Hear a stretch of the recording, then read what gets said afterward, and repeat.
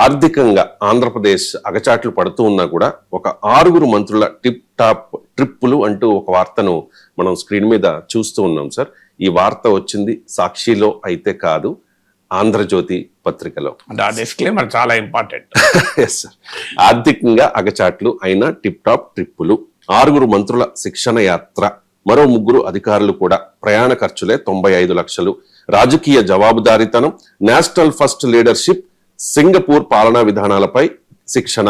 ఈ అధ్యయనానికి విదేశీ పర్యటనలే అవసరమా, దేశీయంగా మానవ వనరుల అభివృద్ధి సంస్థలు లేవా అంటూ ఆంధ్రజ్యోతి ఆ 6 మంత్రుల్ని క్వశ్చన్ చేస్తున్న పరిస్థితి సార్. ప్రభుత్వ విధానాన్ని క్వశ్చన్ చేస్తున్న పరిస్థితి. నిజంగా ట్రైనింగ్ ఇవ్వమంటే మీరు కూడా ఇవ్వగలుగుతారు కదా సార్, ఒక ప్రొఫెసర్ గా మీరు, ఎందుకంటే చాలా మందికి ట్రైనింగ్ ఇచ్చున్నారు కాబట్టి. సో ఏంటి సార్ ఆంధ్రజ్యోతి కథనాన్ని ఏ రకంగా చూడండి? అంటే ఇందులో మీకు ఇంట్రెస్టింగ్ థింగ్ ఏంటంటే, నేను చేసే విశ్లేషణ ఏది విశ్లేషణ కాదు, ఆంధ్రజ్యోతి స్టోరీలో ఉన్న అంశాలే చెప్తున్నా. ఇది ఇంకో డిస్క్లైమర్.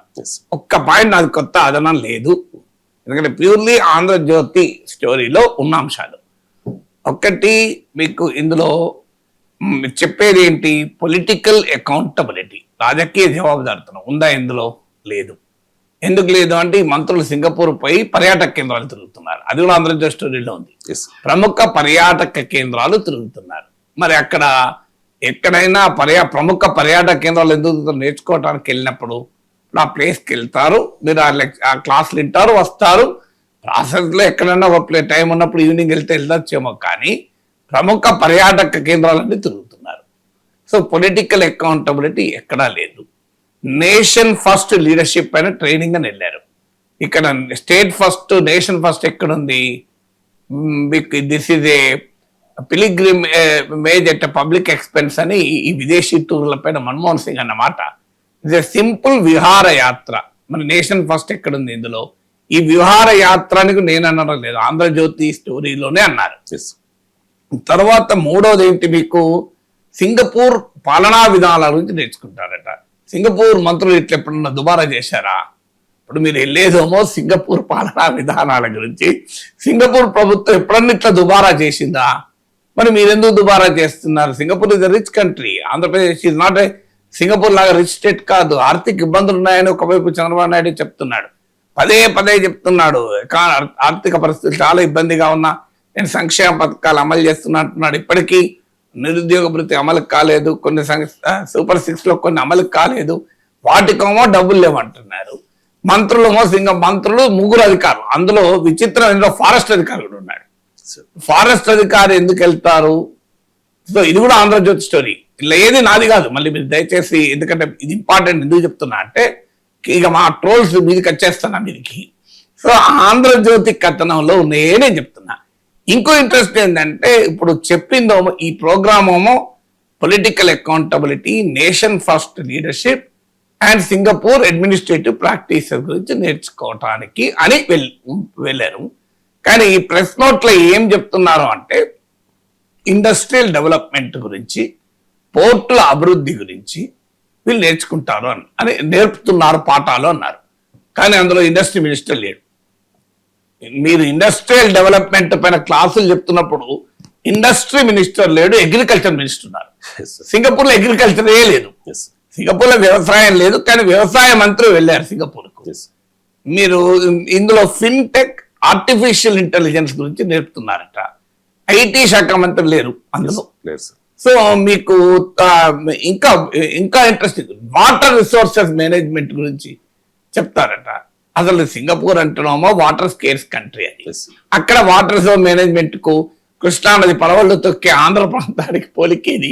పోనీ అయినా వాటర్ రిసోర్సెస్ మేనేజ్మెంట్ నేర్చుకోవడానికి వాటర్ రిసోర్సెస్ మినిస్టర్ పోవాలి కదా, పోలే. అంటే చూడండి, ఇంట్రెస్టింగ్ ఏంటంటే, పరిశ్రమలు, నీటి వనరుల అభివృద్ధి, మీకు ఫిన్టెక్ అని ఈ 3కి సంబంధించిన మంత్రులు లేదు. ఈ 3 పాఠాలు వేరే వాళ్ళు నేర్చుకొని వస్తారట. అంటే ఏం నేర్పుతున్నారు ఇందులో? మీకు ఇంకొక ఇంట్రెస్టింగ్ పాయింట్ కూడా ఉంది. ఇందులో అధికారులు మాత్రం వచ్చాక రిపోర్ట్ ఇవ్వాలట, మంత్రులు రిపోర్ట్ ఇవ్వాలని జీవోలో లేదు. అధికారులు మాత్రమే రిపోర్ట్ ఇవ్వాలి, మంత్రులు ఎంజాయ్ చేసి వస్తారా? తర్వాత ఇంకొక ఇంట్రెస్టింగ్ ఏంటంటే, ఇది వెళ్ళేందంటే ట్రైనర్స్ ఫర్ ట్రైనర్ క్లాస్. వీళ్ళు వచ్చి ఇక్కడ కింద పాఠాలు చెప్పడానికి వెళ్ళాలి. సో మన మంత్రులు వచ్చి మొత్తం రాష్ట్రం అంతా తిరిగి అధికారులకు పాఠాలు చెప్తారా, లేదా కేబినెట్కి 6 మంత్రులు వచ్చి పాఠాలు చెప్తారా?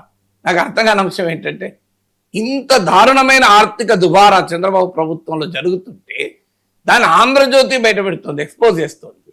సో మీకు దీన్ని వేరే వాళ్ళు ఏదో చెప్పడం కాదు. మనం అన్ఫార్చునేట్లీ ఆంధ్రప్రదేశ్లో అపోజిషన్ గట్టిగా లేదు, క్రెడిబిలిటీ కూడా లేదు. అంటే ఏ ప్రభుత్వం మీద ప్రశ్నించేటప్పుడు అందుకే ఆంధ్రజ్యోతి ఒక క్రిటికల్ అడ్వర్సోరియల్ జర్నలిజం, నిజంగా ఆంధ్రజ్యోతి అప్రిషియేట్ చేయాలి.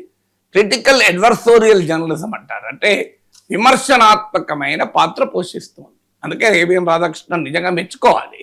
సో ఆయన మనం ప్రభుత్వానికి అనుకూల స్టోరీస్ ఉండొచ్చు ఆంధ్రజ్యోతిలో, కానీ అదే సమయంలో ప్రశ్నించే స్టోరీస్ కూడా వేస్తున్నారు కదా. ఇది ఒక ఇంట్రెస్టింగ్ స్టోరీ కదా. సో మీరు ఇక్కడ ఇది ఆల్రెడీ ఒకవైపు ఏమో ల్యాప్టాప్ పట్టుకొని చంద్రబాబు ప్రపంచాన్ని చెప్తుంటారు. ఇవాళ ఆర్టిఫిషియల్ ఇంటెలిజెన్స్ ఏజ్లో మీరు సింపుల్ ఎక్సర్సైజ్ చెప్తాను, వెళ్ళి మీరు క్లాడ్కి వెళ్ళి సింపుల్ ఒక కొట్టండి ఈ 3 nation first leadership, Singapore administrative practices, political accountability పైన నేను ట్రైన్ చేయాలి చాలా మందికి. నాకు ఐ వాంట్ ట్రైనింగ్ మెటీరియల్ అడగండి. ఒక 100 పేజెస్ బుక్లెట్ విత్ మంచి సబెడింగ్స్, కవర్ పేజ్ అన్ని డిజైన్ చేసి ఇచ్చేస్తుంది మీకు. అలాంటిది ఇవాళ ఆర్టిఫిషియల్ ఇంటెలిజెన్స్ ఏజ్లో ఇంట్లో కూర్చొని నువ్వు గ్లోబల్ బెస్ట్ ప్రాక్టీసెస్ అన్నీ తెలుసుకోవచ్చు. మరి అవన్నీ తెలుసుకున్న తర్వాత ఇంకా అదనంగా మీరు వెళ్ళి అక్కడ చూడాలి అనుకుంటే there is a logic behind it. కానీ సింగపూర్లో ఉన్న పాలిటిక్స్ ఇక్కడ ఉన్నాయా? Singapore is a completely city, Andhra Pradesh is a rural hinterland. మీకు ఆంధ్రప్రదేశ్కు సింగపూర్ పోలిక ఏంటి? ఆంధ్రప్రదేశ్ అగ్రికల్చర్ ప్రిడామినెంట్ ఎకానమీ, సింగపూర్లో అగ్రికల్చరే లేదు. సో ఆంధ్రప్రదేశ్లో సింగపూర్కు పొలిటికల్ కల్చర్ ఒకటే ఉందా?